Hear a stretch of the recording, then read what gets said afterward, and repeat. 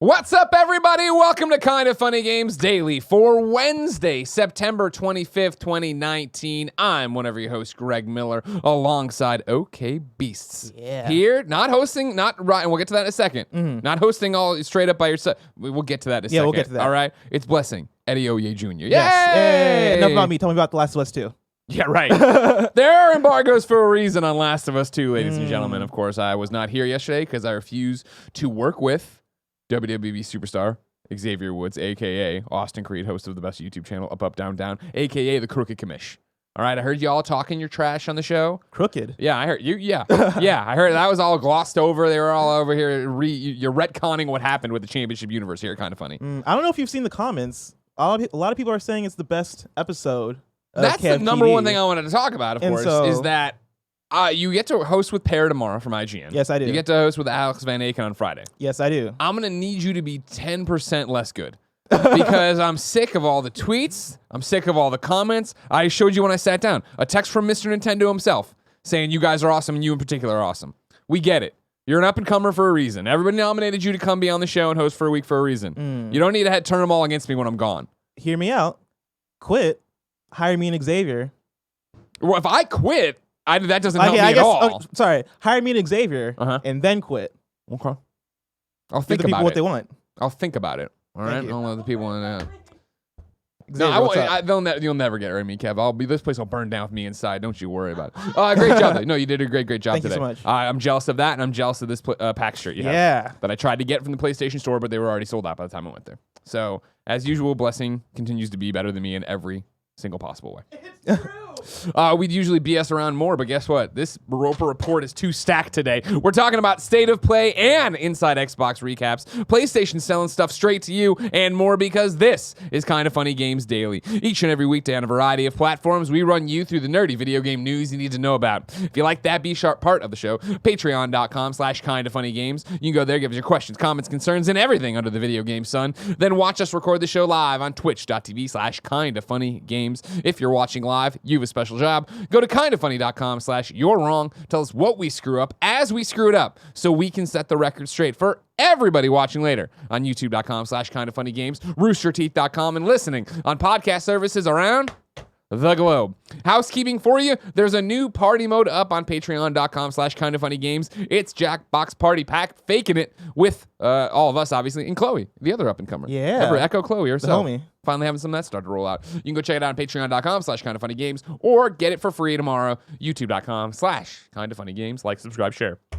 Thank you to our Patreon producers, patreon.com/re-retrogames, Blackjack, and Mohammed Mohammed. Today we're brought to you by Upstart, but I'll tell you about that later. For now, let's begin the show with what is and forever will be the Roper Report. Time for some news. 6 items on the Roper Report. Baker's dozen. And strap in, because you're going to be here a while, ladies and gentlemen. All right. I'm excited. Blessing, let's start at the top. All right, PlayStation Greg. State of Play. That is what happened yesterday. That's the top Yes. story I figured we'd lead with. Yeah. All sorts of juicy stuff in here. So I'm going to give you the rundown of it, but we're immediately going to get lost in the weeds. You ready? Okay. So it's of course started. They announced Humanity. It's coming in 2020. It's the little people game running around. You thought that was just a thing, advertising State of Play? You were dead wrong. It's a game.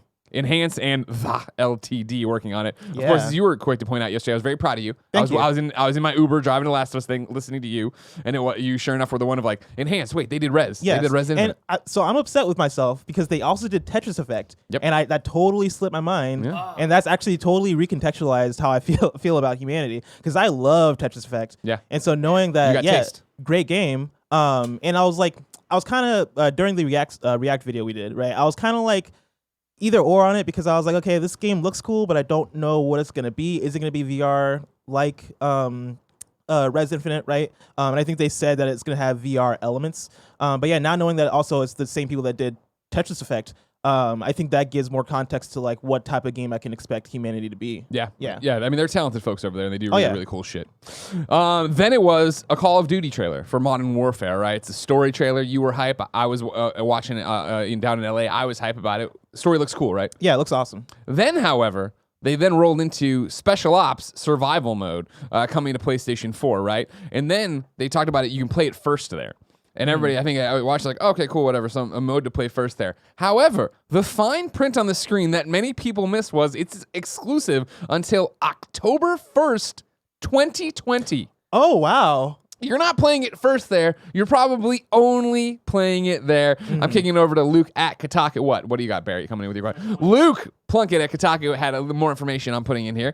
Spec Ops, first introduced in the original Modern Warfare 2, is a series of short, scripted missions that can either be played solo or co-op. They've been missing from the last few Call of Duties, so their return here has been seen as a welcome move by longtime fans of the series. While the core Spec Ops experience will appear on all platforms, survival mode, basically a horde mode for Call of Duty, available as an option within Spec Ops, won't be turning up outside the PlayStation 4 until October 2020, which conveniently is right around the time the next Call of Duty game will be due. As you can expect, Blessing, the internet did not take kindly to this information. Exploding, crazy. The articles are going up everywhere. Everybody's mad at doing think pieces. We're going to kick it over to Infinity Ward's narrative director, Taylor Kurosaki, a friend of the show, who's writing the narrative version of Call of Duty, right? The story mode that we're excited about. On Twitter, he was answering fan questions. I pulled two pertinent responses that I think I actually got from Luke's article. Number one from Taylor was this. We've tried our best to have an open dialogue with our players from day one. We understand letting that trust down. These are complicated decisions that are above our pay grade. Please know we want what's best for our players. Then another one, we see a guy who's like, this ruins everything. Let's be honest, quote, ruining is an exaggeration. Survival is 1% of the game. The other 99% is simultaneously day and date across all platforms. I'd rather have everyone playing 99% of the content at the same time than 100% of the content some time later. Then Colton Nesler writes in, and I want to get him in here so we can just have one big old pot conversation. Big old pot, whole bunch of stories and things. You bring it out, you drink the pot, and you go, I'm high on pot.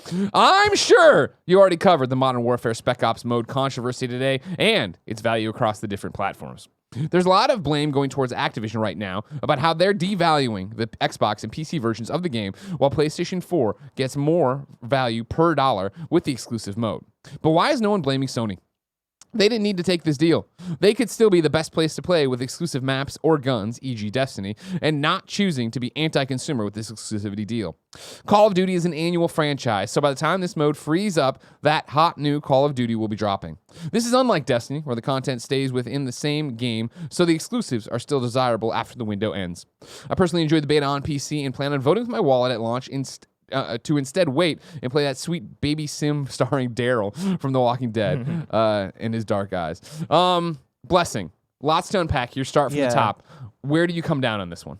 I mean, part of me wants to say that, like, you know, that's the nature of the games industry, is that you get exclusives, right? Sure. And I know, like, things have been boiling up recently, especially with the Epic Game Store. Epic Game Store's brought it to a whole new group of people. That whole competition. PC players thought they were safe. Yeah. No, joke's on you. Nobody's safe, right? Yeah. And I think this is just another case of, like, business is business, right? And PlayStation, I guess, saw value in having that exclusive mode and decided to, I imagine, throw money at Activision and make this happen. Well, here, I want to take it a step back, Ethan, before we even get into the weeds of that, right? Yes. As you know, Gary Whitta likes to come on here usually on Wednesday, and he likes to be, I'm the everyman. I drive my Tesla to Wendy's just like you. Like, wait a second, Gary.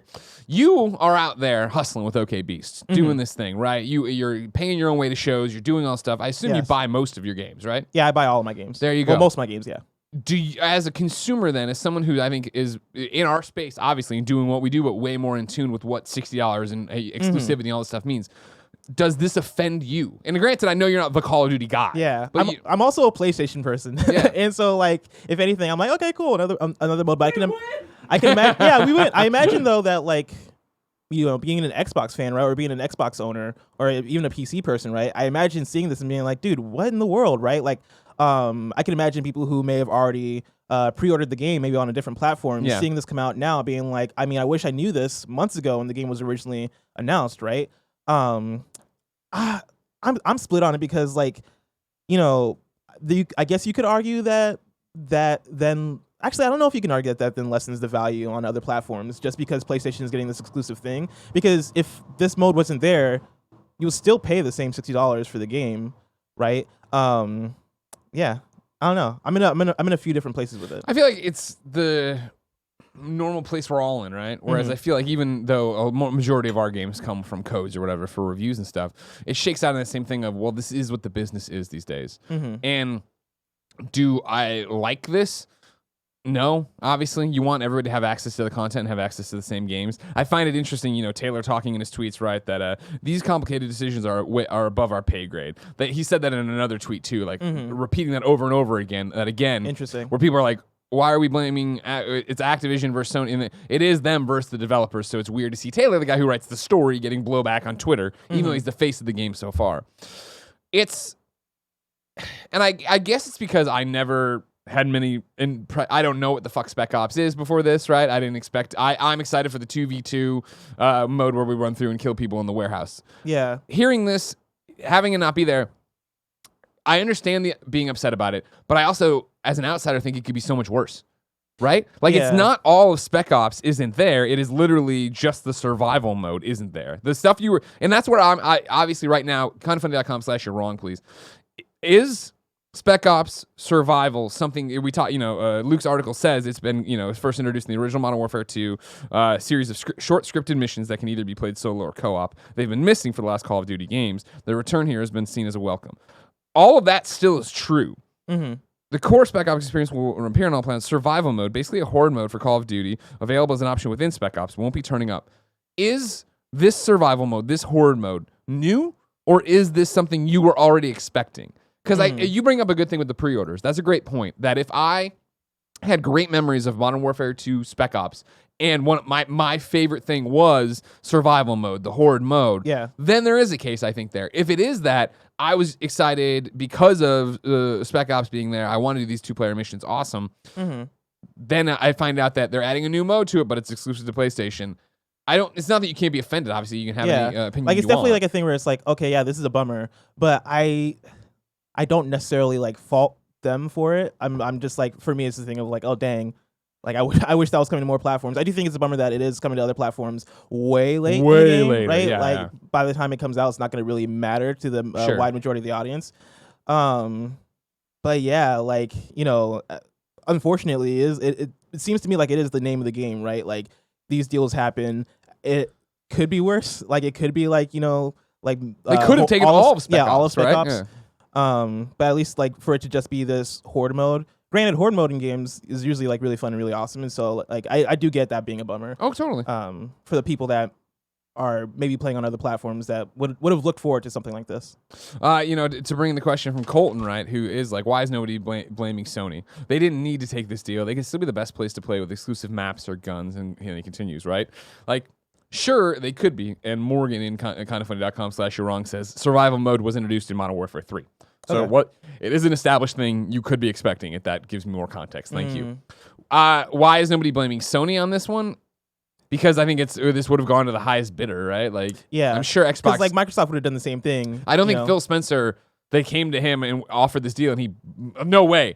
That's unfair to gamers. We won't do that, right? Like, if this is a console cycle right now, and actually as we get ready to move to a different generation, where how you add value to a game on your platform is changing, it feels like by the minute, right? Where it is like in the old days, it was having a full-blown exclusive, then it was having the maps be exclusive, then it is just having skins be exclusive in some respect. Like, anybody is going to want this game, which is going to be one of the highest-selling games of the year, to be the reason you go get in their system. Yeah. And so to have whatever little ding you can get on it, whatever little asterisk you can put on it of why you're better than the other guys, that's why. Yeah, like you don't really get mad at Sony because this is the thing that first parties do, right? Activision, if you want to get mad at Activision, I think there's more of a justification there, since like this is their game, this is their vision, this is what they decide that they want to do with this product, and so like I think it makes sense that like Activision, for them to be the ones who get, I imagine, final say on this thing, since it's their game. And especially the way Taylor's talking about above our pay grade. Yeah. He's talking about, I don't even think between the lines, right, that he's talking about the publisher. He's not even talking, I don't even think he's saying at IW, like, up the tree, this is who's talking. No, he's saying, like, hey, our publisher who signs these agreements is what's happening. Exactly. And so, like, once again, it's a bummer, but, what are you going to do? Yeah. And it's that one, it's very much where I'm not hesitant to say stuff. I've already said a bunch of stuff about it, but I understand that I'm not the audience. It's similar to what I was talking about, that season pass argument of people arguing from the outside about games they were never going to play. So what do you care? Like, you know what I mean? Yeah. If you were going to play Call of Duty, if Modern Warfare is your jam, your shit, and you were super stoked for this, I get being upset by that. Do you think that there's any correlation between this and Sony not being at this last E3, therefore like Call of Duty not being able to show up on the Sony stage? Do you think that like that then leads to like them being like, okay, well, we need something from you, or we need some sort of partnership. We're going to partner in this way by having this. No, I mean, mode. I think in kindoffunny.com/Sharon, go ahead and tell me. But I know how many years has it been now where Call of Duty's had exclusive PlayStation content. That's true. Because I remember that big switch where that was Xbox's rally cry for so long, and then eventually it switched back to PlayStation. Isn't it usually like early exclusive? Once again, Yeah, it's usually. Like I think it's usually maps. I think Yeah. it's usually something to that effect. And like, yeah, a mode is an interesting one, especially with a window that long. Yeah. Yeah. We'll see, though. Obviously, you can write in if you have more strong opinions. If you're one of the Call of Duty faithful, let me know. Patreon.com/kindoffunnygames. Continuing on with what happened at State of Play, then Watam comes out now. It has a release date December 2019. I played that at GDC at the end of area. Yeah, we were talking about that during the stream yesterday. And trying to figure it out. Nobi Boy never worked for me, right? And so to look at this one, I was like, okay. Yeah, okay. Playing it, I was like, this is goofy and weird, and you're turning into a toilet to eat poops, and then that's getting bigger. Does it play how it looks? Because even looking at it, I was like, I don't... Like weird and clunky? Yeah. Totally. Okay. Yeah, that's what those games are all about. Yeah, Gotcha. 100%. Arise then got announced. Arise, the simple stories from Techland. Looks like you're like a dead Viking who's on the other side of the afterlife trying to go through. It looks beautiful. We're calling it Santa Claus Simulator because the main character you play as looks like Santa Claus.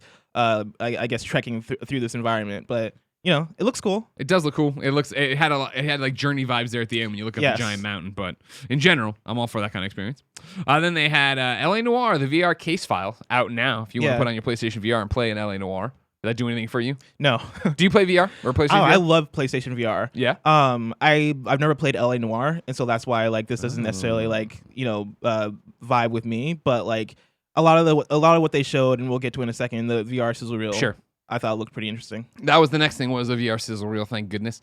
Gorn is coming winter 2019. Aspire 1, the VR operative, is coming out on September 19th. Stardust Odyssey is coming this winter. After the Fall is coming in 2020. Space Channel 5 VR Kinda Funky. Newsflash comes autumn 2019. I'm gonna need you to get our lawyers on that one. I was gonna say, that sounds like a lawsuit. I saw That's that. too close. I didn't get to play it, but I saw somebody playing it at PAX West, and it was like they're doing like a dance mini game, or I don't know if that's the whole game, but they're dancing. Yeah. And I was watching. I was like, oh, okay, oh, cool. This looks pretty fun. And I saw the kind of funky thing. I was like, oh, cool. Somebody's gonna sue somebody. Might as well call it the kind of funky rounder report. You know what I mean? Oh yeah, exactly. And that was it. No Iron Man. Where's that game? 2019. Did they say 2019? Yeah. That's interesting. Yeah, it's not gonna happen. Because they showed Medieval. They showed, and we'll talk about that. They also showed Death Stranding, and it seemed like they didn't show Concrete Genie, but we do have a date for that, right? And so it's like, how much more of that do they really need to show? Yeah. But I mean, they gave a good view of like what this fall is going to look like. So for that not to be here is kind of interesting. The one wrinkle, and I'm doing a double check as I go. Yeah, Marvel Games is doing a panel at New York Comic Con Friday, October 4th, and they are advertising Iron Man VR to be a part of it. Okay. So it's possible they put a release date on it. But if you're PlayStation, I think you'd want to own that messaging more than a New York Comic Con panel. But who knows? Yeah. Who knows? I also thought there'd be a Batman game, so go fuck me, I guess, right?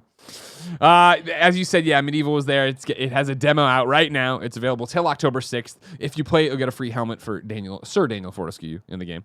Then Civ 6 is coming to PlayStation. Cool. It'll come out on PlayStation 4 November 22nd, 2019. Excited about that. Yeah. Way back in the day when we were still in the spare bedroom, I went out there and did a sponsored hosting gig where I just got to interview the devs about Civ 6. And it's awesome and it's totally cool, but I'm never going to play it on PC, so. What about on Switch? No. No? No. Just because I don't think it would run as well. Yeah, it's not going to run. Yeah. I remember playing Civ Revolution 2, right, on Vita. And I was like, oh, man, I remember how much people like the first one jumped in this. And I was like, oh, this barely runs. I'm not gonna. Do you have confidence that it's going to run well on PS4? Yeah. Okay. Am I crazy? I don't know. I don't play Civ, and so. Yeah. I think it'll be okay. I'm not too worried. Mm-hmm. Now you got me worried. Should I be worried? I don't know. I heard you talking shit about City Skylines 2 running poorly on consoles. On Switch, yeah. It was terrible. Like even in the trailer, if you watch the trailer, it chugs in the trailer. I'm like, why would you release this? Why would they think that? Like, oh yeah, this will work. No, Like, it seems cool in theory, and it seems good in theory, but in practice, game, it just didn't pan out. Also, the controls were awful, but let's move on. Yeah. We're moving on. PlayStation 4 Pro is getting a Death Stranding bundle. You can get a dope-ass controller. Yeah. One of those, like, see-through, goldish, yellowish controllers, right? Looks like the baby bottle. Yeah, when they first showed it in the State of Play, they had, like, the animation of the baby in the controller. And so at first I was like, oh, let's go. But then, like, it turns out that the baby's not really going to be in the controller, which I'm a little bit sad about, but I understand. That'd be such a conversation piece for your house. It would be. Bring a date over, your grandmother, and she's like, why is there a baby inside of that thing? It's like, let me tell you about Kojima. Grandma, how much time you got for me to explain the played, brilliance of Hideo Kojima? You played MGS4. There's a lot that goes on in that game. You ever heard about a BB? It's like, this bridge baby I got here. What did you think of the console itself, though? White with the 2 black handprints on it. I think Andy put it great where he was like, I can just make this console for you. And I was like, you know what? Fair. Like, I saw, like, at first when I saw that there was going to be a Death Stranding console, I got super hyped, but then I, like, kind of flashed back to, like, all the other PlayStation consoles that they've released, and I was like, this isn't going to look that amazing, is it? And then they showed it, and I was like, looks fine. Like, I don't think it looks bad by any means. I think it looks fine. Kind of basic. Hold on, I'm getting a phone call from Los Angeles. Okay. Hello, this is Greg on Kinda Funny Games Daily. Greg Miller. It's your old pal, Scott Porter. Hey, Scott Porter. How you doing, buddy? I'm great. We're talking. Your blessings here. We're doing Games Daily. How are you? You're doing well. How are you Hi, doing? Scott Porter. I'm doing very well, man. I'm doing very well. Are you? Wait, you're busy right now? Well, I mean, we're doing the show. We're doing the Games Daily. It's live every day, 10 a.m. Oh, you're answering my phone call during the show. Well, it said Los Angeles. I wasn't sure if you were Hideo Kojima or Neil Druckmann or something. Well, I mean, I'm almost at those guys' level. It's true. Not quite, but you're Nightwing in the Lego games. Very special. What's Feels very special. What's going on? What do you think of the Death Stranding PlayStation 4 Pro? I mean, it's gorgeous, but I think the Spider-Man. Yeah, no, I agree. Yeah, I like that one quite a bit. So what's up? Why are you calling? Is this a private conversation we need to have? Yeah, no, I was calling in to chat a little bit about something I've got going on this weekend, and something that I think a lot of people that watch and listen to you might be interested in. I was on with you last year around this time, and you so graciously and generously allowed me to talk a little bit about Huntington's disease. Yeah. It's something that my wife and my mother-in-law both have, as well as a number of people in their family. It's a genetic disease. It's best described as having ALS and Alzheimer's and Parkinson's all rolled into one. It's a very difficult thing to deal with, and we found out about 5 years ago that it was in our family, and we're doing all we can to try and defeat this thing. So this weekend in Hollywood, California, we are holding an event called Freeze HD. It's our 5th annual big time gala where we try and raise a ton of money to help find a cure and also to help support families with Huntington's disease. And as a part of our event, we have this crazy silent auction. And the silent auction isn't only for people in the room, it's actually online, and people anywhere can bid on it. And we have some crazy games-related items. Oh, do you now? So, yeah, we do. We have some crazy stuff, like a full Gearbox studio tour hosted by Christy and Randy Pitchford, oh, wow. as well as dinner and drinks at Nerdvana, which is their amazing, crazy, like, Nerd bar, yeah. culture, nerd bar down in Frisco, Texas. And that's open and ready for bid right now. We've got the aforementioned PlayStation 4, the Spider-Man, the special edition. Oh, I see what you did there. All right, you're bringing it full circle. All right. I voiced the character in that. I voiced Harry Osborn, and Yuri Lowenthal, who voiced Spider-Man, as well as Tara Platt, who voiced Yuri Watanabe, and Laura Bailey, who voiced Mary Jane Watson, have all signed this console. Ooh. Oh, wow. We signed the special edition Spider-Man statue, the limited edition collector's edition. We signed the art book. We signed both game copies that come with those 2 items, as well as a full suite of PlayStation games along with it. I'm talking, we got everything from God of War to their most recent releases as well, and I think there's like 14 games in that PlayStation bundle. Nice. And as of right now, the highest bid is $160. So if you want a deal, go to our auction website and you can bid on all this stuff. And it keeps on going from there. We've got a Gears 5 limited edition console signed by Laura Bailey and Eugene Bird and Liam McIntyre, who are the cast of Gears 5 itself. We have a Nintendo Switch bundle. I play Star-Lord in the latest Marvel Ultimate Alliance game, and I signed that bad boy. So if anybody's interested in any of this stuff, we just got in this morning. Todd Howard from Bethesda sent us something from his office. It's an entire suite of Bethesda games, as well as a huge map and poster form of the Fallout 76 land that's signed by Todd Howard and the entire team behind Fallout 76. He signed these bobbleheads, limited edition E3 bobbleheads that you can't get anywhere else, that go for ridiculous money on eBay. That package just came in, and that's up on the site too. So I just wanted to reach out and let everybody know that these items are out there and they can be had for pretty good prices. I was gonna say we're looking at it right now on the browser if you're a video viewer, and you have one of those games cases that I love so much, and right now it's at $100. That's a steal. And not only does that. Yeah, that's a games suitcase. That is the Sentinel edition. It's a slicker version. It's got a 14-inch high definition screen, and you get an Xbox One. You get an Xbox One included with that. You get an actual console with that Sentinel. Oh my God! To take out of the venue, or if you win online, we'll just mail it to you, and it comes equipped with a console in it, so you don't have to even worry about. Oh, what am I going to do, though? Am I going to take my console from the house everywhere with me? No, you just have this one that specifically sits in the Sentinel, and you can take your Xbox anywhere you want to. But you can hook any high-def gaming console up to that games rig, the Sentinel. It's the brand new one, too. They graciously hooked us up. So that's awesome, Scott.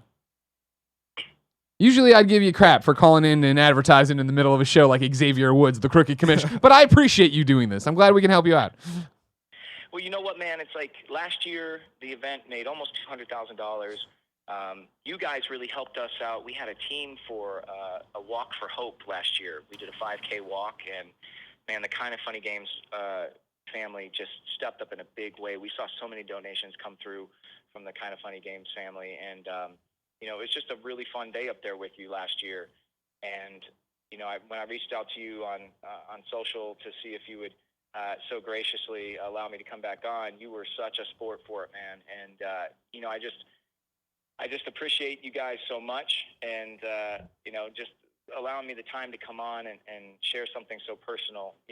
This year we had a goal set of $250,000 to raise.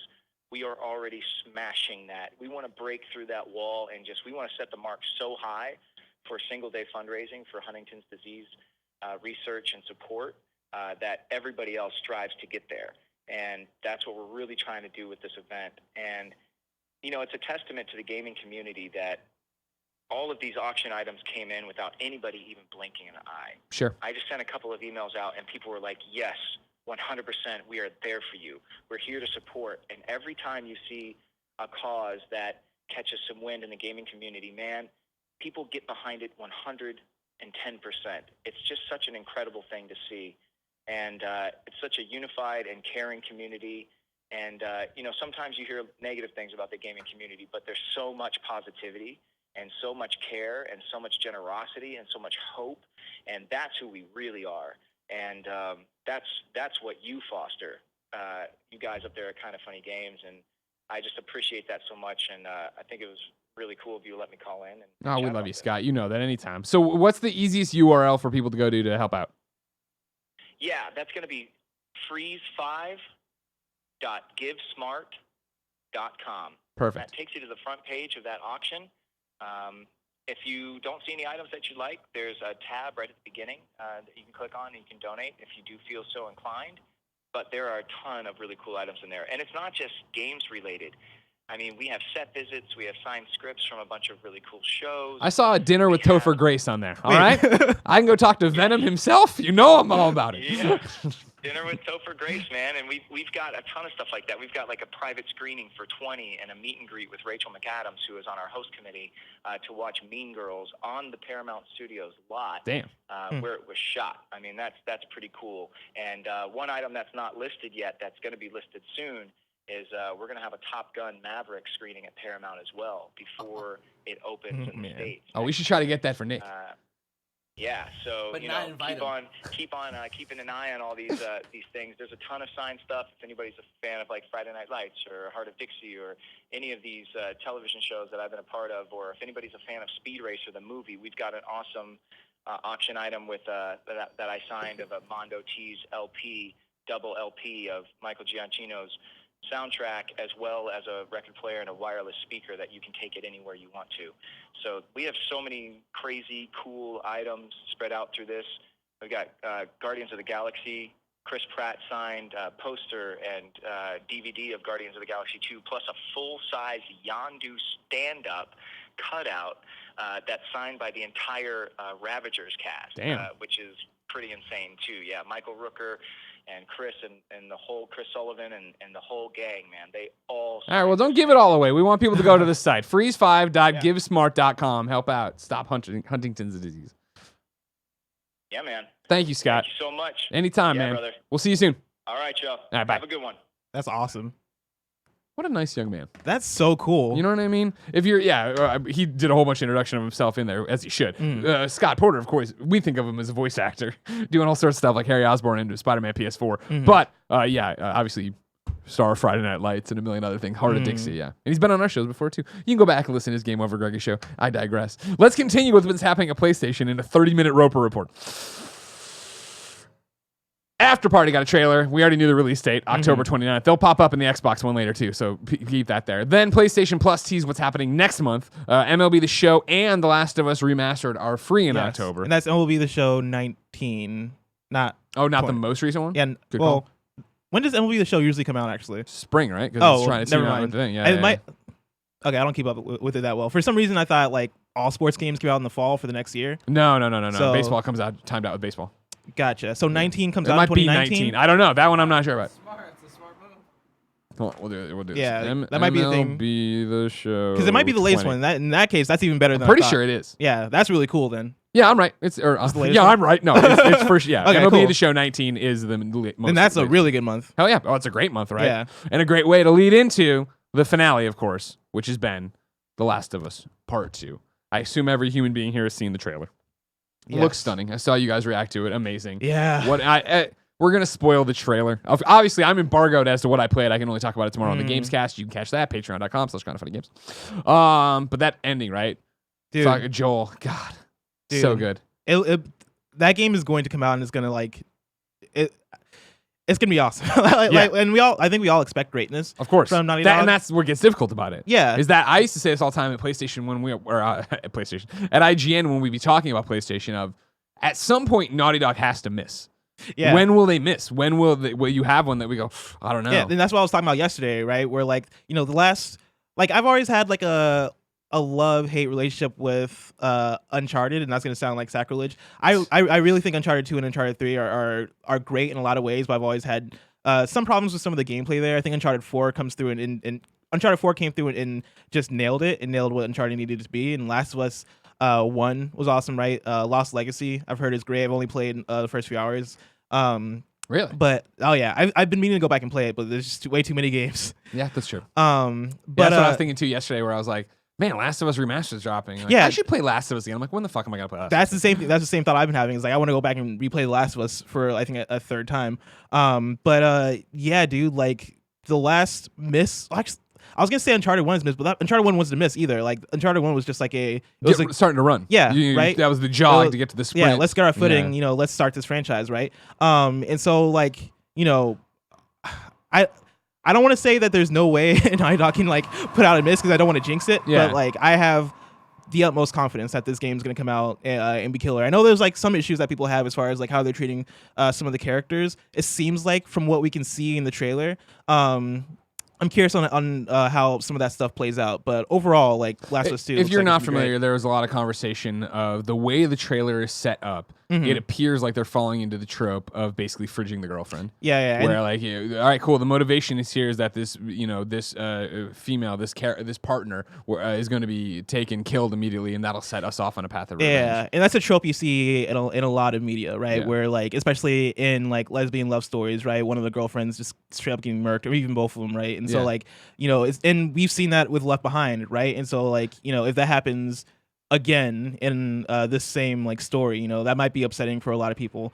It's in my reaction too, because I saw a bunch of people talking about it, breaking down. And for the record, most if not everybody being like, "Listen, it's a trailer, but let's talk about what it looks like." Right? Like I feel like Naughty Dog and Neil, right, and that team understand the like when they talk, people listen, and I don't know if they would fall victim to like this straight trope, like right? Yeah, and like not to, I mean, even though a lot of people are quick to point out like. Well, yeah, but the dad trying to avenge his fallen daughter is a pretty tropey thing right? too, right? But like, yeah, I think Tim was talking about this a little bit too during the stream yesterday. Is that like we've seen them trick us before. Yeah. Apparently, like with the first few Last of Us trailers, right? We had a certain assumption of what Last of Us 2 was going to be story wise, right? Like there's a lot of theories about is Joel still alive, right? Yeah. Is Ellie avenging Joel, right? And so to see that idea kind of flipped in this last trailer tells me that like this might not be the case. Like I don't know, there still might be some mystery going on with, in terms of what the final story might end up being. Sure. And even still, like, yeah, do you trust them as storytellers to go in there and do that, right? Yeah. Because I feel like, and I'm now starting to get out on a ledge here that I don't fully understand, right? Fridging the girlfriend, right? And then, of course, as you bring up, it's often used in the gay storylines as well, too, where it's offensive. It stems from comic books, right? Where fridging the girlfriend literally was when Kyle Rayner became Green Lantern, Major Force showed up and killed his girlfriend Alex and shoved her in the refrigerator. And that was like a thing that got us so started on this thing. The problem was that his girlfriend was so not fleshed out that she was just a prop. Yeah. Right? Like I feel like if you're and I'm out on a limb here and not maybe understanding fully again, straight white male who doesn't have to worry about anything ever, right? If you're giving me two incredibly fleshed out characters and an incredible relationship and I understand them and like something bad happens to one of them, I don't know if it's as tropey as it is the other way. Yeah. And I'm not sure again because I'm not fully versed on everything. I'm with you. Yeah. Fine, good. Glad you're with me, jerk. Release date, February 21st, 2020. Tomorrow you will not be able to get away from Last of Us news as everyone will be previewing it. We will be, of course, on the Gamescast as well. But right now, Blackjack writes in to patreon.com/kindoffunnygames and says, "Hello, Greg and Blessing. What's good? With Sony's third state of play in the books, the general reaction seems to be mixed at best. With, of course, the exception of Last of Us Part 2. Greg, I want to ask you so many questions, but I'm sure you can't talk about it yet. I, myself, fell victim to the Batman hype and felt a bit let down with State of Play. I should have known better. Does the PlayStation community need to recalibrate their expectations of what a State of Play actually is? Mostly indie titles with the rare showing of a AAA game we already know about? Or should Sony only have a State of Play when they have something substantial to reveal/discuss in detail? Even if that means only having one every 6 months or even longer at that. Blessing, it was a joy to see you host yesterday with Xavier for the first time ever. ABC, all black cast. Yeah. You were amazing. Keep killing the game, my brother. Thank you so much, Blackjack. State of Play, what's your read on it? I think I'm in the middle, right? Where I think the idea and the execution so far is getting there. Like, Nintendo Directs have come a long way, right? They weren't always awesome. They weren't always this thing where we were super hyped to see, right? I feel like it's taken the release of the Switch for Nintendo Directs to really become like this like thing we all gather for and that we're all excited for, right? And Nintendo's been like killing those, right? They've been like destroying it as far as making Nintendo Directs something we care about and something that we're hyped about during, with a lot of like out of this world announcements, right? And State of Play hasn't become that yet, and a big part of me thinks it is because it's the end of the generation, and so they're holding all their cards to the chest and not necessarily like they don't have much to say. I do wonder though, like would it have been a better idea to have held State of Play for maybe the PS5, right, or leading up to the PS5 when they have more things to say? Because right now it doesn't seem. I think Tim said like it seems like commercials, right? It seems like, hey, we have something we have to say about The Last of Us, and so we're just gonna put a bunch of commercials behind it because we know you're going to watch for The Last of Us. Yeah. And that's not how it should be, right? I think they should be able to treat State of Play. They should be able to make State of Play something that we're hyped for, the things that we don't know is gonna be there. You say that's not what it should be, and I'd say really. Like that's my thing is like, Blackjack's saying like, do we need to recalibrate our expectations? 1,000%. Yeah. Everyone keeps trying to put it into a box of it's an E3, it's a mini E3, it's a Nintendo Direct, it's a commercial, blah blah. Like I think honestly, PlayStation's doing it right if they are going to continue these through the PlayStation 5 life cycle. Really? Where it was, hey, we're not doing E3. But let's get out there and be able to own the conversation for a day or whatever. But more importantly, get out there and do a bunch of, hey, we're setting the expectation for what this is, where you will get a update on one game you really care about, and then there will be commercials, which sounds shitty to say when most everything we do in video games is a commercial. But even like, you're talking about how Nintendo is killing with the Nintendo Directs now. I would say, and you said because of Switch, and I would say it's because it's popular. Not even because of Switch, because it's popular. When it was Nintendo Directs for the Wii U, I didn't fucking play my Wii U. I didn't care about any of this. Just tell me about your biggest game. Switch, I feel like when they do a Nintendo Direct, for me personally, it is very exciting to be like, oh man, I can't wait for Animal Crossing and whatever weird announcement they're going to have, whatever weird indie I'm going to see that I wouldn't have given time of day to or heard about, or it would have gotten boiled or blended by a million of different things, right? Yeah. In some way, it's what I like to think we do with the showcase of elevating smaller games to actually get the attention, but they elevate the smaller game, whether it be Nintendo or whether it be PlayStation State of Play, and let's just take it back to State of Play. Elevate a game, like Arise, a simple story, which I'm watching, I'm like, this game looks dope. Like, this totally seems like a Greg Miller joint of a weird indie, even though it's not an indie. Well, technically, it's Techland, but you know what I mean? And like, yeah, the day of Nobi Boy PS3 is long gone, right? And, so like to get us to look at humanity, all right. And that's why I'm mixed about it, because like I do love the fact that it seems like they're bringing back weird PlayStation with a lot of what they're showing at State of Play, but at the same time I do feel like, are they bringing back weird PlayStation because they're passionate about like lifting up these games, or is it a thing where they're like, okay, we got nothing else to talk about. We got you 20 minutes, and like we got you, like we have your time. Yeah. Let's just like show you some stuff that other people are working on, that we're working on, that we want to get in front of your eyes. Yeah. See, I hear you, and I definitely do think that is. But like again, this is what the old Adam Boys conversation would be about E3, right? Of like they build these things hoping you'll find 2 or 3 things you care about, right? For me, looking at the bullet points, right? Humanity. Whatever, I don't know what that game is. It's weird, cool, it's weird, but it's not moving the needle for me. Call of Duty, all right, cool. Didn't need it, but I like the story trailer where it was like, oh man, this game is beautiful, cool and stuff. Like Watadam I already kind of knew about, and I'm like, man, I'll try it. Arise, I'm in for. LA Noire, no thank you. VR Sizzle Reel, I'm excited to see, but none of those were my kind of games. Medieval, from what I've played already, I like. I will download that demo to get the stupid helmet because I'm one of those guys. Civ 6 was out of the blue and interesting, and I want to play that. The cool controller for Death Stranding, all right. After Party, a game I'm already lock, stock, and barrel on. Didn't need a trailer. But again, if it's getting more people to realize this quirky, weird game with Dave Fennoy and Janina Gavankar and from the Night School people is coming out. Yeah, and After Party was a great addition in that in State of Play, even though we've seen a lot of up to now. But like I feel like that's the type of game that I get excited for, being a part of one of these presentations, where like I watch a Nindies presentation, right? They don't really call them directs, but the Nindies presentations that Nintendo does, and a lot of those indie games like really get me excited, because I feel like the way in which they present them, the way in which they frame them, the way in which they the pace at which they frame them, I feel like there is a pacing there with Nintendo's presentations that nails it in a way that the Arise, right? Did that trailer need to be that long? Same with Watam, same with Humanity. Like could have those been 30 seconds each and bundle them together.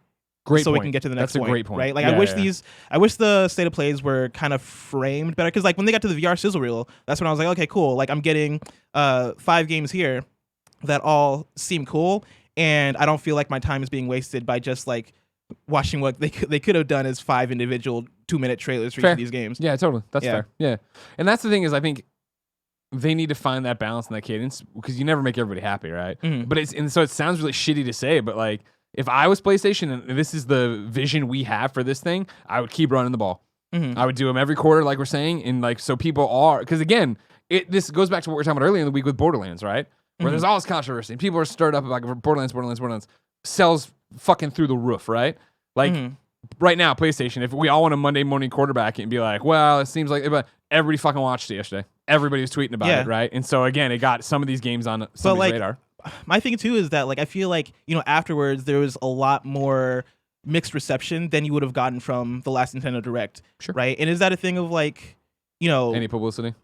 Like any publicity is good publicity, or like is it like a structural issue of how you're going to put these things together, like put the State of Plays together and the games are going to put in them? And that's why I'm like, okay, let's see how it is to the lead up to PlayStation PS5, 5 yeah. because like right now I think Nintendo has the benefit of one, they're Nintendo, and so really like anything can happen as far as like, oh, here's a new Kirby game, oh, here's a Star Fox game, oh, here's F-Zero, Or or fuck's Mario Golf. where is Mario Golf? Thank I'm waiting, you. right? Or like what was the random game that there was a lot of random games the last Yeah, Direct. that's not, you got to narrow it down more for Nintendo Directs. It was a sequel to like a random like GameCube game that has a cult following. I think it was a horror, like weird, like or thriller kind of game. Fatal Frame? No, or maybe I'm getting that mixed up with it. There's a certain specific, like very specific game Kindoffunny.com/you're that got a sequel announced for Switch at the last Nintendo Direct. But like Nintendo's able to throw those types of things out there. I guess just because of the platform that they've kind of built for themselves, right? And I'd like to see Deadly Premonition. Deadly Premonition. Deadly 2. Premonition. Yes. Great job. Thank you. But they have like those types of games there, right? Jedi Outcast 2, right? Yeah. And of course, like it's the Switch, so it gets more hype because we know that these games are going to be portable, which adds a certain element of like, oh snap, Jedi Outcast. It's Jedi Outcast 2, right? That's the I name think of so. the. I was never familiar with the source material, so when it came out, But like the Star Wars game that I love from back in the day is now portable. Cool.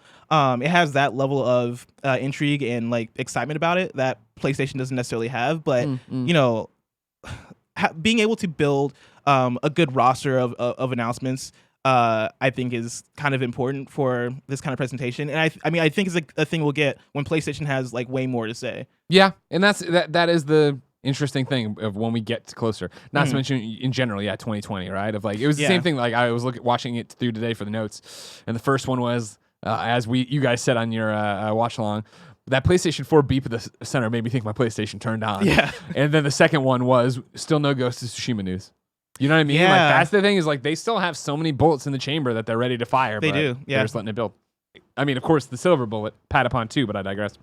Believe it or not, ladies and gentlemen, number 2 on the Roper Report. Inside Xbox happened yesterday and it had a bunch of news as well. First off, Project xCloud beta signups are up. You can go and register right now.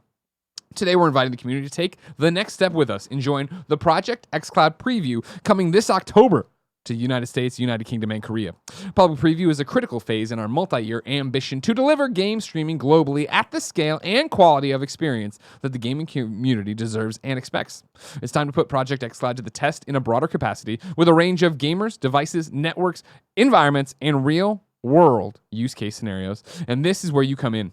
At Xbox, we've made it a priority to engage with all of you to help in the creation process. We now want you to play with us and share your feedback on Project xCloud.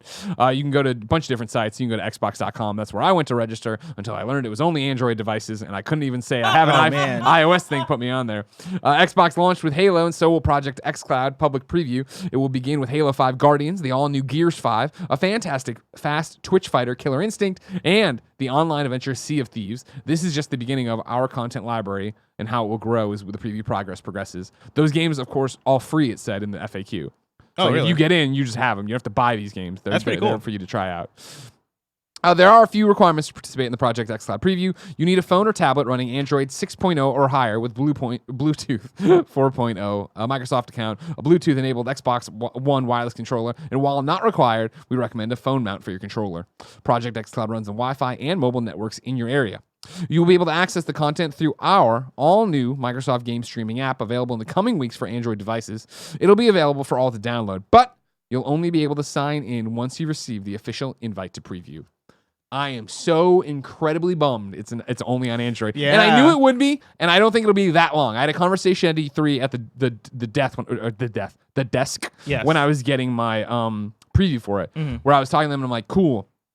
I know it's not going to be iOS to begin with, but how long? And like, what do you mean? I'm like, is it going to be a year? And they were like, oh no, it'll be quicker than that. Like that was one of the big things with that was me talking about it, and I don't know if I was being specific about the beta. So the beta might only be Android devices. I don't know. I would hope not. I would think as you continue, That's for you, nerd. you get this. I'm enjoying Apple Arcade, so you can shut it. Nobody's even using your Google Play thing with your old games on it, and you guys are all confused about it yesterday. I imagine they'll do this for a while. Once they feel like they've got that shored up, then get that iPhone and go everything platform else. by platform. But fuck, do I want slowly that roll it streaming out. feature blessing? I want it so bad. I just want to try it at this point. I do want to try it. And this would be a great place because I still haven't started Gears 5. And I don't know how. I still don't know how I feel about the end game of the streaming. I mean, I think the streaming feature is coming, right? Yeah. I don't know if it's imminent. Yeah. But I am curious to see like once it gets into more people's hands, like how that actually plays out. Our next story is going to be very talking about the imminent future of games and how you'll get Yeah. them. But before we get there, there's still more from this. They also talked about Xbox Game Pass, an update for PC. It's going to get Dirt Rally 2.0, Bad North, City Skylines, and Saints Row 4 re-elected. Yeah. And then they had information on DayZ. They introduced Livonia. In today's Inside Xbox episode, we also unveiled a trailer for the all-new DLC content for DayZ. This terrain is set in summer with lots of forest locations, my apologies, as well as additional content that will come to the main game. Like one of the core new items will be a bear who we are using as Livonia's mascot. So there you go. Awesome. Nice. However, and there was other stuff there, but those were more game updates, right? Of course, there was a bunch of different stuff. After party there as well. Oh yeah. Fucking get it, Night School. A lot of Sea of Thieves. Huh? A lot of Sea of Thieves. Yeah, man. a lot of Sea of Thieves. Yeah. They're still trying to make that a thing. They Yeah. are. Did you ever play? I played for like a day, and Yeah. I was like, "This seems interesting. Definitely not for me." Yeah. I love Rare as a developer. They're like one of my favorite developers. But yeah, Sea of Thieves that wasn't vibing with me.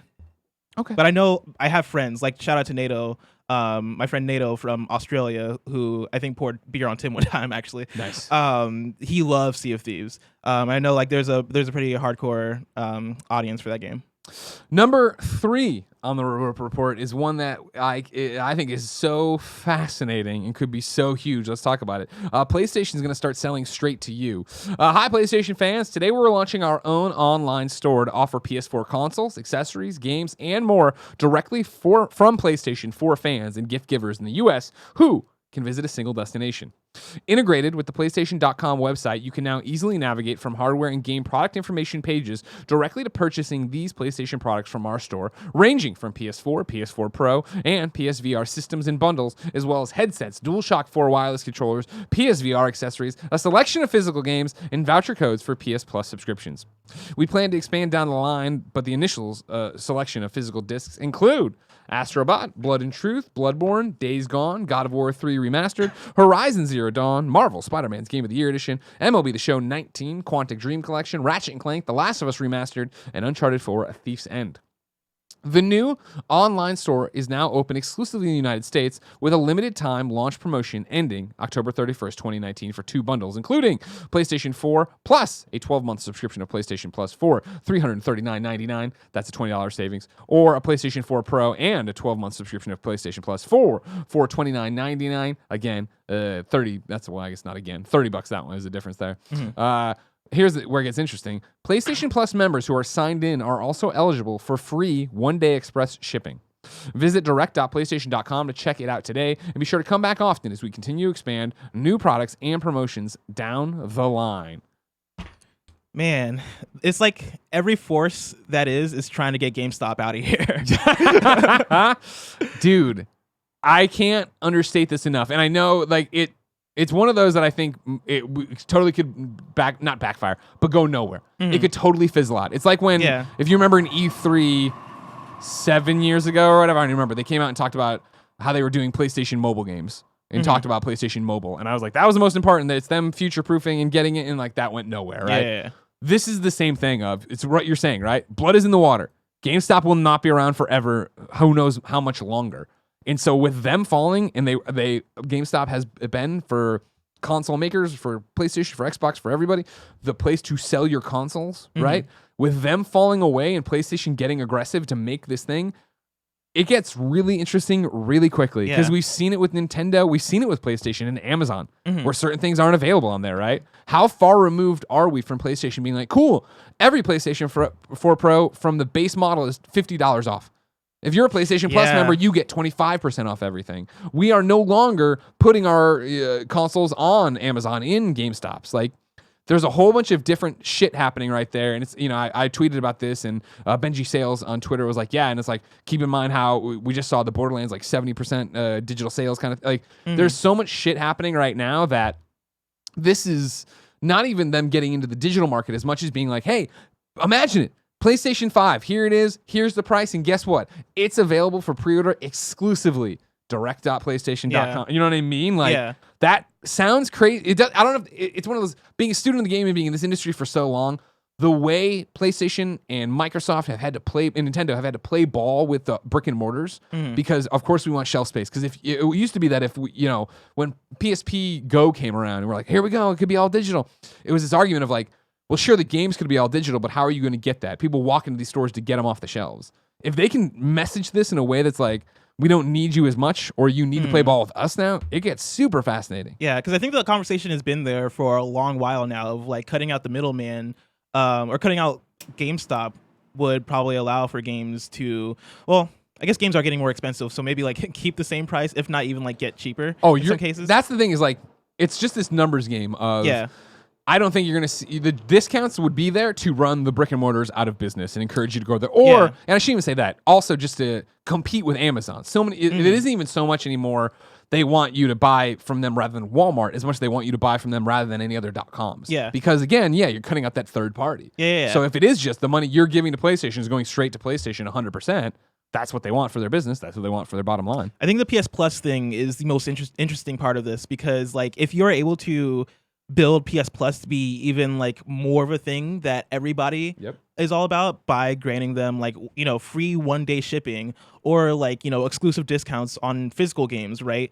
Through the PlayStation Store, right? I think that's going to be pretty awesome if they can like even make that like an Amazon Prime sort of thing. I mean, and think about it too of like, all right, cool. The PlayStation 5 is coming out on this date. You can pre-order starting on Thursday, but PlayStation Plus members on direct.playstation.com can start doing it this evening at midnight. Like, that's the kind of shit they could do. Yeah. How aggressive do they want to be? Is this just a parachute they're building so that when one day GameStop, when the news on Games Daily is GameStop's done, they're closing everything and liquidating, like, is that just there built in, or is this that they want to get fucking fired up and crazy about it, especially when they talk about the PlayStation 5 being this boutique item to start with, right? That it is this thing for the consumer who wants the highest end. So you already know it's going to be people like us and the people listening to the show. And so they already understand how to use the internet. It's not like you're trying to sell it to my mom, which is what the blog post hints around at about. I cut some paragraphs out, obviously, of like, it's also for gift givers that if you went there, you could get it all in one place kind of thing. And it's like, sure, yeah, I also see that it could go a very, very, very interesting route that we've never seen before. Yeah. And now, granted, again, as I was, I digressed as I went. Microsoft does this. When you're on Xbox.com, you can click and buy through them because they have Microsoft stores and all that different stuff. It's interesting. PlayStation enter it. Now, everything I just said is crazy. Best case scenario for PlayStation. I'm more of the mindset: can they really deliver in one day? What is their infrastructure? Will it just crash if that many people went there and tried to do it? Are they building it now to figure out these things to get through those pipelines to get to where they need to be? Who knows? Who knows? Who knows? The shadow knows. You checking if Nintendo does the same? Yeah, you can buy accessory. Like I remember when I wanted to buy a new dock from Nintendo, you can buy that from there. I don't know if you can buy like a straight up brand new Switch from them. I feel like funny.com/row. I once I was in the market for a Wii U, I searched up and I could have sworn like seeing listings for a Wii U directly from Nintendo, but I can't remember if it was just like refurbished consoles. Yeah. Again, I'm not saying that this isn't happening elsewhere, but it is interesting right now to be happening and be, hey, the PlayStation Plus thing's integrated. It's already, like when I went there and clicked on it and logged in, it pulled all, like, you know how PlayStation's always asked for your like fucking address. I was like, that's a weird thing to have. I mean, granted, credit cards, but even then I feel like I enter every time. This time though, it was like, it pulled my address from my PSN profile and put it all there. Like, again, something that they should have done a long time ago. They should have had one ecosystem, but to move it all in there, who knows? The Gold Moose has breaking news because there's an Oculus thing going on today. Oh, I thought really? we'd cover tomorrow. But he says breaking news, or she says breaking news, or they say breaking news. Oculus Link announced you can now use your Oculus Quest as a Rift with just a USB-C cable plugged into your PC. Dude. Announced earlier at Oculus Connect 6. That's going to be awesome. We'll cover all the Oculus stuff tomorrow, I say, knowing I won't build it because it's you. Number 4, the Switch Lite's real popular. This is Analyst Daniel Ahmad, a.k.a. at ZHugeEX on Twitter, who reports, Famitsu is reporting that the Nintendo Switch Lite sold 178,000 units in its first 3 days in Japan. The original Switch sold 62,000 units, which is up week on week. An impressive number indeed. Then there was, he was going back and forth on his own thread with some different numbers from Media Create. He clarified this. Okay, it turns out Media Create did initially report 114,000 as the preliminary sold through numbers for the Nintendo Switch Lite. But later it changed it to 160,000 as its final estimate. So Media Create reports 160,000 for Switch Lite. Famitsu, 178,000. Either way. Fucking huge. Yeah. And I'll tell you what, man. Every time I pick up Tim's, I'm like, I don't need this. I picked it up I too. don't need this. I picked it up and I was like, I've never really had the like the craving for like another Switch because like one Switch is enough, right? I can have it at home. I can take it out. Right? Yeah, that's the whole point of it. Yeah, that's the whole point of the console. But holding Tim's, I was like, oh, this feels sexy. Yeah, this feels great. Like Yeah. the buttons feel great. The way it feels in your hands feel great. Like, Not gonna do it. I will refuse to break. Kevin, I'm not gonna break. Oh, fight back. Number see. 5. Are we about to get Mafia 4 and Mafia 2 remastered? This is Saqib Mansoor over at segmentnext.com. Take-Two Interactive, the parent company of 2K Games, has been spotted to have registered 3 trademarks in relation to the Mafia franchise just last month. The filings at the time of writing are being reviewed by an examining attorney, but should be accepted in the coming weeks. 2 of the trademarks are for Mafia, and their respective text-based logos only differ in typography. The first one is actually identical to the font used for the first 2 installments of the franchise. The second one is completely different and without any description. Both are possibly placeholders to lock in stylized marks for when the trademarks are updated down the road, and at least one of them sparks the existence of Mafia 4. The third trademark directly mentions Mafia 2 and features the same silhouette logo from 2010. Take-Two Interactive could just be renewing the trademark, but with the other Mafia-related filings within the same time frame, this one probably has to do with a remastered version or edition. It's something that has been widely requested in the past and would surely put up a lot of smiles for 2K Games. According to LinkedIn profiles of some of the staffers, and this is where they're getting into Hangar 13 and all that just, they are not working on a new IP, but an unannounced AAA game. One of the people there, whose name I would butcher and I won't even try, who served as a technical artist for Mafia 3, has been, quote, working on an unannounced AAA game for nearly 2 years right now. Right around the time Kotaku reported talk of working on a new IP. Would you be down for Mafia 4? I would be. I mean, I didn't play Mafia 3, but I know a lot of people really enjoyed that game. Yeah. And so, like, if they're able to put out Mafia 4 and fix the things that a lot of people weren't feeling about Mafia 3, while still like furthering the things that people did like about Mafia 3, Yeah. I mean, that's going to be a great game for a lot of people. Yeah, I liked Mafia 2. I remember playing through and enjoying that. So, I mean, I probably wouldn't have time for the remaster, but to get it in more people's hands, go for it. And then, hey, number 6, just some information on a game we don't talk about all that often. It turns out Teamfight Tactics for League of Legends is incredibly popular. This is via Riot. Oh, yeah. Teamfight Tactics has a monthly player base of over 33 million. To date, 1.7 million hours of the mode have been played since Teamfight Tactics came to live servers. Teamfight Tactics increased the peak concurrent players of League of Legends by 30%, and as we announced last week, League of Legends is currently the largest PC game in the world with over 8 million peak concurrent players every day. We're doubling down on Teamfight Tactics. While we announced in July that Teamfight Tactics is a permanent game mode, we are giving additional support to this mode by announcing our commitment to building a competitive scene for Teamfight Tactics starting in 2020 in support of the growing demand from our community and the wider professional scene.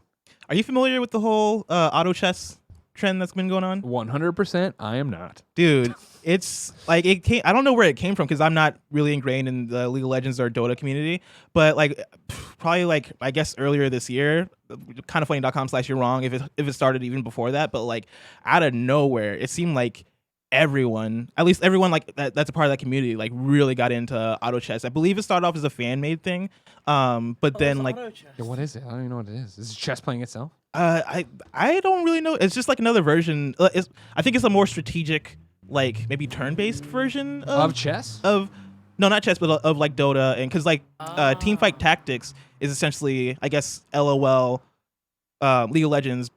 I don't know. I'm getting into territory that I don't know. If I could call up my homie Ian, he would be able to explain all of it. Why can't you call But it Ian? I guess I could call Ian.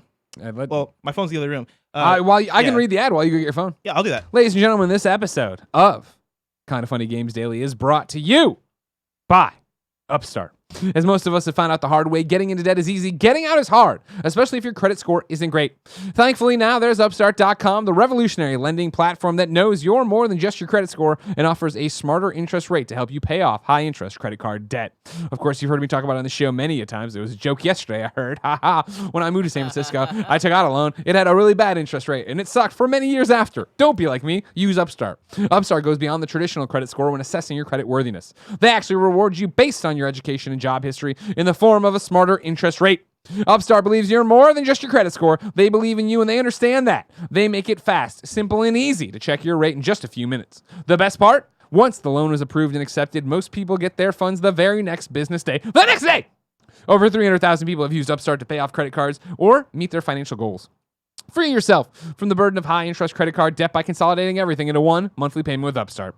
See why Upstart is ranked #1 in their category with over 300 businesses on Trustpilot. And hurry to upstart.com/kfgames to find out how low your Upstart rate is. Checking your rate only takes a few minutes and won't affect your credit. That's upstart.com/kfgames. Boy not answering the phone? Yeah. What a miss. He's a teacher, so I imagine he's busy. Scott Porter, famed actor, all right? He's able to call. He's able to call me even. Look at me. I'm Fair. busy. I get to answer the phone. Fair. I tell you what. Fair. Hold on, Dan. Let's see if anybody wrote him. Look at me. I'm busy. I can answer the phone. Am I wrong, Kev? No, you're right. Thank you. You know what I mean? I just want to be, clarify that I'm here, that I'm right. Yeah. I know what's happening. But I know that auto chess is just like a very popular thing going on in that community. I don't know the specifics of it. I know Ben Pack from Giant Bomb loves it. I don't have his phone number. You don't have his phone number? No, I'm pretty sure you can call no. it maybe anybody at Giant Bomb. Maybe not Jeff. Yeah, that's right. Yeah. Brad? Does Brad play? I don't know. See, you don't know anything. You come in here, you know one thing about Ben, you think you know everything. Ooh, you're so smart. I'm huh? so tough. I'm blessing. Hold on. I'm trying to get to the bottom of this. Let's just move on and say we figured it out. You know what I mean? Hold on, Kevin. All right? It's Hold stuff- on. We got stuff to do. All right, we do. Blessing. Yes. I'm excited to maybe figure out what auto chess is in this episode, but that answer's still coming from the internet, and it will take so long. If I wanted something more immediate, say what came to the mom and grop shops, where would I go? The official list of upcoming software across each and every platform as listed by the Kinda Funny Games daily show host each and every weekday. Yeah. Out today. Sally's Law on Xbox One, Constructor Plus on Xbox One, Rex Rocket on Xbox One, Home Sweet Home Episode 2 on PC, The Long Drive on PC, Hooklings on PC, Solitaire Game Halloween on PC and Mac, Viking Brothers 6 on PC, Tank Nova on PC and Mac, Snow Island on PC, and PUBG Corporation has released its largest update to the PC servers. All right, here we go. We got an answer, everybody. Hold on. Kevin! Jackie Collins from Riot Games. It's me, Greg Miller. How are you? I am well. How are you? Good. You're live on Kinda Funny Games Daily. It's me and Blessing. Hello, everybody. So here's the question. I was reading about your team fight tactics stuff. You sent me this press release today. I was like, these numbers are interesting. We need to talk about them. And then Okay. Blessing stumped me by asking if what's the auto chess. Auto chess is a big movement, and this team fight tactics is somehow tied into auto chess. What I don't understand. So, Auto Chess is it is a mod that was created by the Dota modding community in January. So, Auto Chess has kind of been named as the genre that Teamfight Tactics would fall into. Here at Riot, we actually call that genre Auto Battler because we don't feel right using someone else's game as the name of a genre. That just doesn't feel cool. Fair. So since the battling happens automatically, we call it an Auto Battler here. But that's the genre. And Auto Chess is made by Dota. I think it's currently on the Epic Games Store. And then Valve has their official version that they made, which is Dota, I forget what they call it now. Dota Underlords is the Valve version. Teamfight Tactics is ours, which is the League of Legends Auto Battler. And there is another one that I am forgetting what it's called. I forgot that one. Okay. So yes, it's a fun genre. So that's what it is. Okay. Auto battler. Got it. Yes. Does that explain it for you, Blessing? Yeah, that explained it a lot. All right. Thank you, Jackie. Go back to work. All right. All right, bye. But yeah, basically I know that a lot of people are into it. I gave you the stats. You know that many people are. And then Mario Kart Tour is out on Android and iOS. It will be the one reader mail question, but I want to get new dates in here. Guess what? September 26th at 9 a.m. You're getting in the fall 2019 ID at Xbox Game Pass Showcase. You can tune in that Thursday, September 26th, 9 a.m. to the Xbox YouTube channel to see some of the great games that are coming to Xbox Game Pass in the coming months from independent developers. Then Stella hits Xbox on October 17th. Stella hits Xbox October 17th and joins Apple Arcade. There you go. So it's Oh, that's you can cool. get there too. I played that at PAX. It's pretty cool. Is it worth me getting on Apple Arcade? Of course worth it is. trying out. I already got it. Yeah. It just doesn't Are you matter. familiar? Are you Netflix familiar with game. what it is? I'm not familiar. It's essentially like an inside or limbo game Ooh. platformer, puzzle platformer. Yeah. Ooh. Okay. It's I like interesting. that. And then Reventure. It comes to Switch October 8th. Blessing. Yes. We've inserted reader mail as we've gone on this very, very long show. We've had reader friend phone calls. Like, it's been an episode. You know what I mean? You never know what's going to happen here. So I want to give you one question, all right? Yep. Frankfurtter, who wrote in all over the place yesterday on your episode. He did. Wrote in to patreon.com/kindoffunnygames and says, Nintendo has released their newest mobile feature, Mario Kart Tour. Normally, I don't play mobile games, but this one has me interested due to it being one of the most distinguished and beloved kart games out there. However, in my opinion, Nintendo seems to have missed their mark yet again with trying to get all their money's worth by having a monthly subscription that locks part of the game behind a paywall. $5 a month for an extra challenge goal, or for extra challenge goals, winning more currency /XP after races, and unlocking 200cc mode that was free in the full console game seems a bit egregious and like pay to win. Do you think Nintendo's attempt at microtransactions will work here, or will there be another angry internet mob? For clarity, Nintendo's press release, I'm going to pull from it here and read the synopsis, all right? The free-to-start Mario Kart Tour game brings the endless fun of Mario Kart to mobile devices, allowing players to collect a variety of drivers, karts, and gliders from an expanding roster. Players can strive to achieve high scores, unlock additional cups, earn in-game rewards, or compare their online ranking in a weekly ranked cup with players from around the world. Many classic tracks, items, and characters make a return, appearances, yada, yada, yada, yada. Players can choose which drivers, karts, and gliders they use in races across a variety of courses, including fresh takes on this, that, and the other. First course is going to be New York City. It begins today. It's available until October 8th. During this time, players also have the chance to obtain the mayor of New Donk City, Pauline, in the character's first ever appearance in a Mario Kart game, a New York-themed kart, and a New York-themed glider. New York is just the first of many stops, Tokyo, Paris, etc., and so on. Players can sign up for a free 2-week trial subscription to the Mario Kart Tour Gold Pass by tapping the Gold Pass purchase button in-game. With the Mario Kart Tour Gold Pass subscription, players can unlock the extra fast 200cc mode, obtain additional in-game rewards from racing, and gain access to bonus goals exclusive to Gold Pass holders. Once the 2-week trial period ends, it will convert to a monthly subscription of $4.99. Yeah, it doesn't seem like the best implementation of microtransactions, but I feel like Nintendo's not had the best run as far as like. I mean, that's what Frankfurter says, right? Is that they're still stepping out, and like, you know, the question: will it work here, or be another angry internet mob? That to me, here's the thing: I love Mario Kart. Mario Kart is like with Mario Golf, like my Nintendo franchises, right? Like the shit that I go nuts for. I saw this. I downloaded it last night. It went live at midnight, so I was already asleep because I was very tired. But this morning, like, I looked at screenshots and stuff, and I'm like, I don't even want to play this. This doesn't look like the Mario Kart I'll ever want to play. And that's the thing, right?